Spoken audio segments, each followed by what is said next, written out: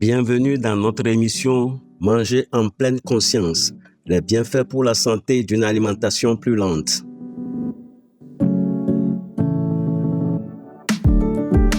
Vous est-il déjà arrivé de terminer un repas sans avoir vraiment pris le goût de ce que vous aviez mangé? Dans le monde trépidant d'aujourd'hui, beaucoup d'entre nous mangent en pilote automatique.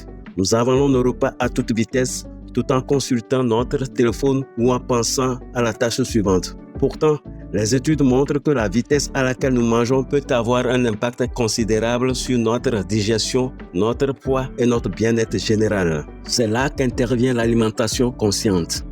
Ancrée dans la pratique plus large de la pleine conscience, utilisée depuis des millénaires pour cultiver la conscience et la présence, l'alimentation consciente nous invite à mobiliser pleinement nos sens, à remarquer les saveurs, les textures et même les émotions liées à la nourriture. Au-delà du fait d'accroître la gratitude et le plaisir à table, manger en pleine conscience peut nous aider à faire des choix plus sains, à éviter de trop manger et à réduire le stress lié au repas. L'acte de manger peut sembler simple, mais il déclenche une chaîne d'événements hautement coordonnés dans l'organisme.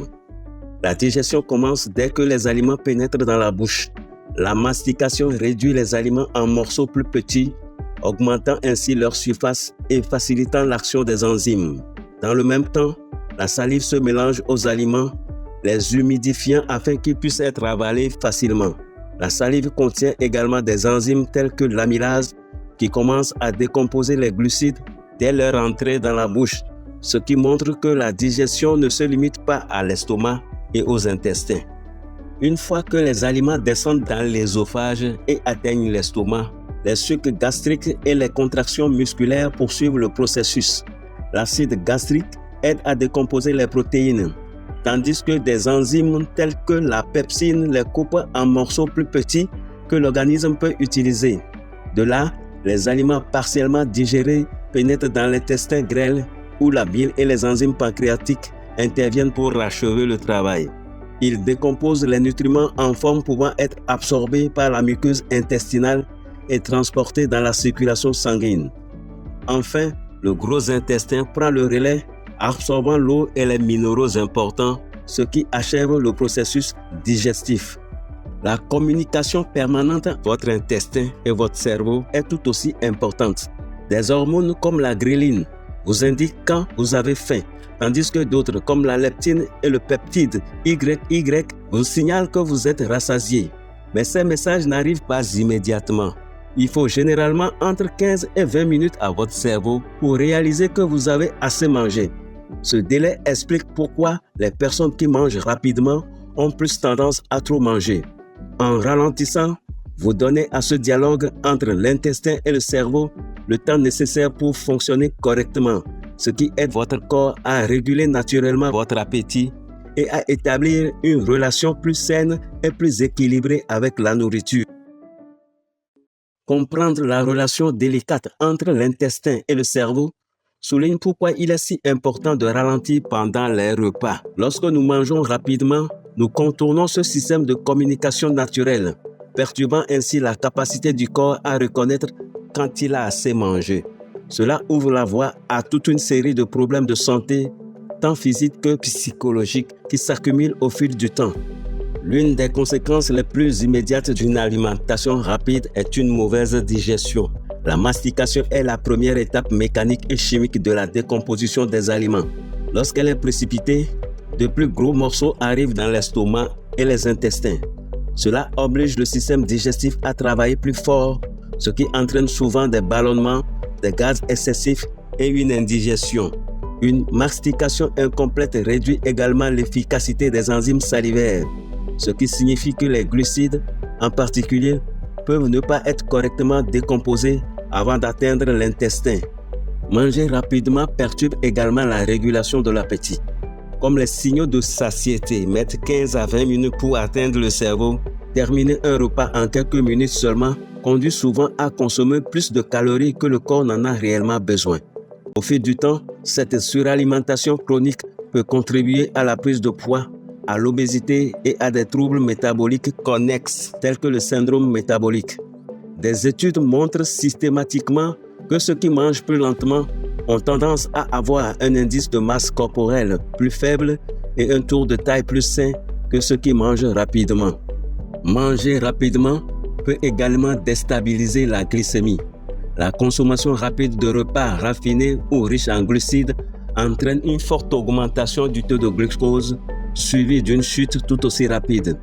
Ces fluctuations sollicitent la réponse insulinique de l'organisme, augmentant le risque de résistance à l'insuline et de diabète de type 2.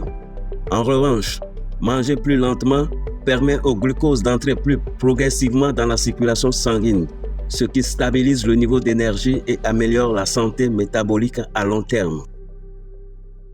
Les effets à long terme d'une consommation rapide de nourriture vont au-delà de la digestion et du métabolisme. Des recherches ont établi un lien entre une alimentation rapide et une hausse du taux de cholestérol, une pression artérielle plus élevée et un risque accru de maladies cardiaques. Ces risques cardiovasculaires peuvent s'expliquer en partie par la prise de poids et la résistance à l'insuline associée à une alimentation rapide. Mais le stress sur le système de l'organisme joue également un rôle direct. En termes simples, une alimentation précipitée ne laisse pas le temps à l'organisme de traiter efficacement les nutriments ou de maintenir son équilibre. Et plus important encore, manger trop vite nous prive de l'un des plaisirs les plus simples de la vie, le plaisir de manger. Les repas pris à la hâte vont souvent de pair avec une alimentation distraite ou stressante qui peut nous laisser insatisfaits et plus enclins à grignoter inutilement. En ne mobilisant pas pleinement nos sens, nous passons à côté des textures, des arômes et des saveurs qui font de l'alimentation un acte joyeux et réparateur. Ainsi, manger rapidement n'est pas seulement un fardeau physique, mais aussi une occasion manquée de se réconforter. Reconnaître les risques pour la santé liés à une alimentation trop rapide soulève naturellement la question suivante. Pourquoi sommes-nous si nombreux à prendre cette habitude? En réalité, il n'y a pas une seule cause, mais plusieurs facteurs quotidiens qui peuvent influencer la vitesse à laquelle nous mangeons.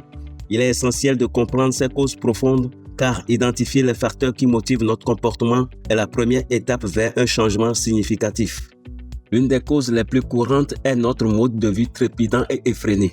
Beaucoup de gens prennent leur repas à la hâte entre deux réunions, deux courses ou deux obligations familiales, considérant les repas comme une tâche en plus à accomplir.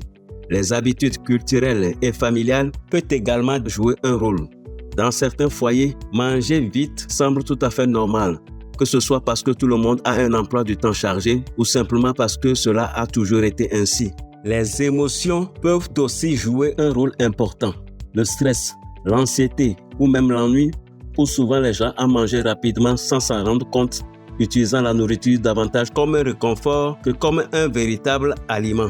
Et puis, il y a les distractions numériques omniprésentes, qu'il s'agisse de parcourir les réseaux sociaux ou de consulter ces emails qui transforment les repas en un moment de multitâches supplémentaires. Si les raisons qui poussent à manger rapidement sont claires, l'étape suivante consiste à apprendre à les gérer. La bonne nouvelle, c'est que de petites modifications intentionnelles permettent de cultiver des habitudes alimentaires saines et conscientes.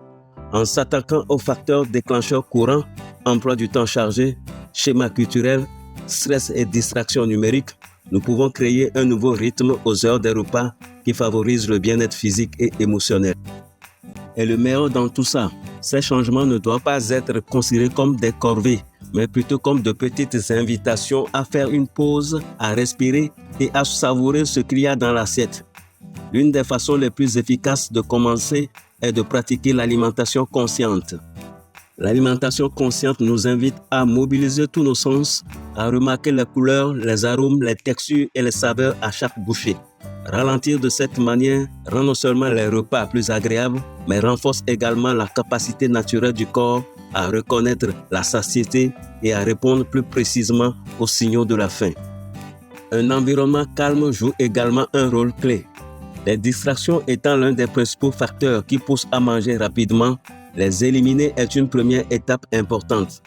Éteindre la télévision, mettre de côté les téléphones et créer un espace calme pour manger permet de prendre les repas de manière plus intentionnelle. Même quelque chose d'aussi simple que de s'asseoir à table plutôt que de manger sur le pouce peut aider à adopter un rythme plus lent et plus régulier. Il existe également des stratégies pratiques qui facilitent le ralentissement.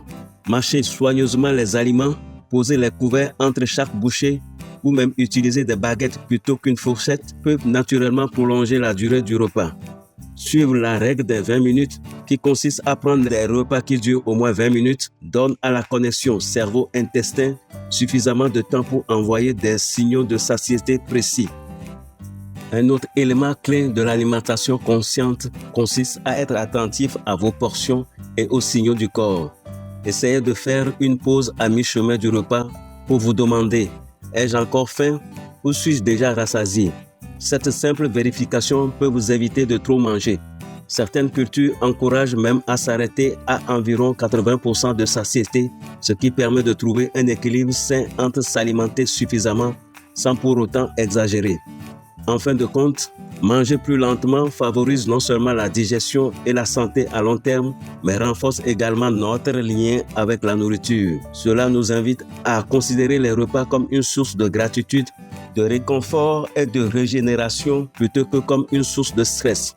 La prochaine fois que vous passerez à table, respirez profondément, ralentissez le rythme de votre vie et accordez-vous le droit de profiter du moment présent. Que vos repas soient nourrissants, que votre corps soit bien choyé et que votre cœur soit un peu plus léger à chaque bouchée consciente. Vegan side effect: getting used to sound real sleep.